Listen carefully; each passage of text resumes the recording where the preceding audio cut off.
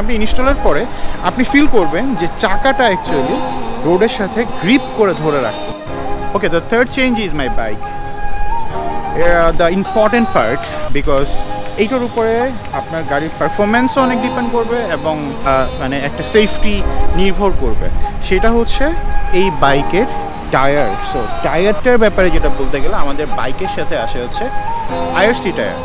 কিন্তু এইখানে আমি কিন্তু আইআরসি টায়ারটা ইউজ করেছি। আইআরসি টায়ারের একটা ডিসঅ্যাডভান্টেজ হচ্ছে এটা যতক্ষণ পর্যন্ত হিট না হবে সো রোডের সাথে কিন্তু অত ভালো ফ্রিকশন আপনাকে দিবে না। বাট আমি এখন যেই সফট কম্পাউন্ড টায়ারটা ইউজ করছি সেটা হচ্ছে টিমসামের মিলিটারি গ্রিপ। সো টিমসামের মিলিটারি গ্রিপটা আসলে পারফরমেন্স ওয়াইজ অনেক স্পোর্টস বাইকেই আপনি দেখবেন ইদানিং যারা বাইকার্সরা আছে তারা সবাই ইনস্টল করতেছে। সো আই থিঙ্ক এইটার আমি কিছুদিন মানে অলমোস্ট 5K মতো আমি এটা রান করে ফেলছি। সো এইটার ক্ষেত্রে একটা অ্যাডভান্টেজ যেটা আমি পাচ্ছি, আমি এটা বলবো সবার ক্ষেত্রে, এইটার কিন্তু ফ্রিকশন খুবই ভালো এবং শুধু ফ্রিকশন না, এর ব্রেকিং পারফরমেন্সও খুব ভালো। এবং আপনি ইনস্টলের পরে আপনি ফিল করবেন যে চাকাটা অ্যাকচুয়ালি রোডের সাথে গ্রিপ করে ধরে রাখতেছে।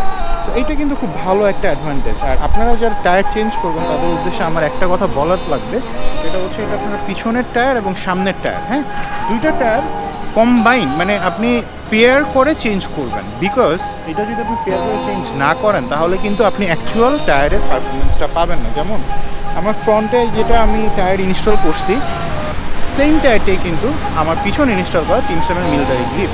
তো আমি পেয়ার নিয়েছিলাম, তো পেয়ার দুইটা আমাকে নিয়ার অ্যাবাউট অলমোস্ট 13,000-এর মতো পড়ে গেছে। আর আমার যে স্টক টায়ারটা ছিল, আইআরসির যে টায়ারটা ছিল, আমি কিন্তু এটা সেকেন্ড হ্যান্ড হিসেবে সেল করে দিছি আইআরসির টায়ারটা। সো আমার মনে হয় না এখানে টায়ারটা চেঞ্জ করার পর আমার খুব বেশি এখানে অ্যাড করা লাগে না। অলমোস্ট আমি 4K মতো অ্যাড করছি। সো আমার এখান থেকে আমার অলমোস্ট পেয়ার হয়ে গেছে টিমসামের মিলিটারি গ্রিপের যে টায়ারটা রয়েছে।